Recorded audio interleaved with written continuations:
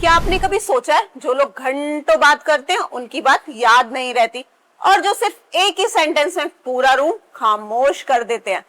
Power ज्यादा बोलने में नहीं होती है, सही वक्त पर सही बात बोलने में होती है।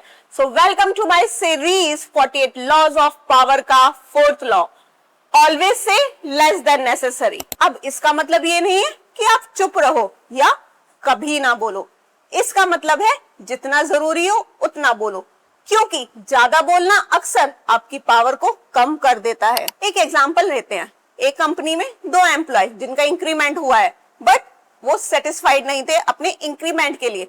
दोनों बॉस के पास जाते हैं।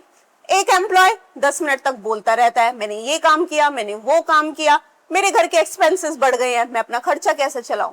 बट उसका बोलना उसकी पावर को वीक कर देता है। वही दूसरा एम्प्लॉय है, वो अपनी रिपोर्ट लेके जाता है, बॉस की टेबल पे रखता है और कहता है आप मेरी रिपोर्ट चेक कर सकते हैं, क्या मैं इतना ही इंक्रीमेंट डिजर्व करता हूँ। अगर आपको लगता है कि नहीं करता तो आप इस पे दोबारा विचार करें। बस कम वर्ड्स ज्यादा इंपैक्ट।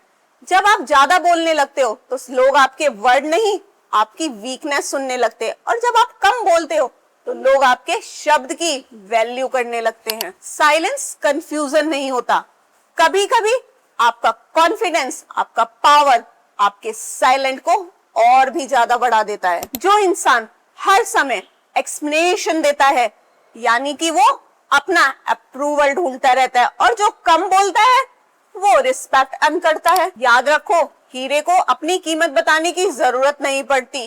कम शब्दों में अपना इम्पैक्ट बनाना सीखो, क्योंकि ताकत आवाज की ऊंचाइयों में नहीं, अल्फाजों की गहराई में होती है। पावर को सिर्फ समझना ही नहीं, सुनना और ऑब्जर्व करना भी सीखो।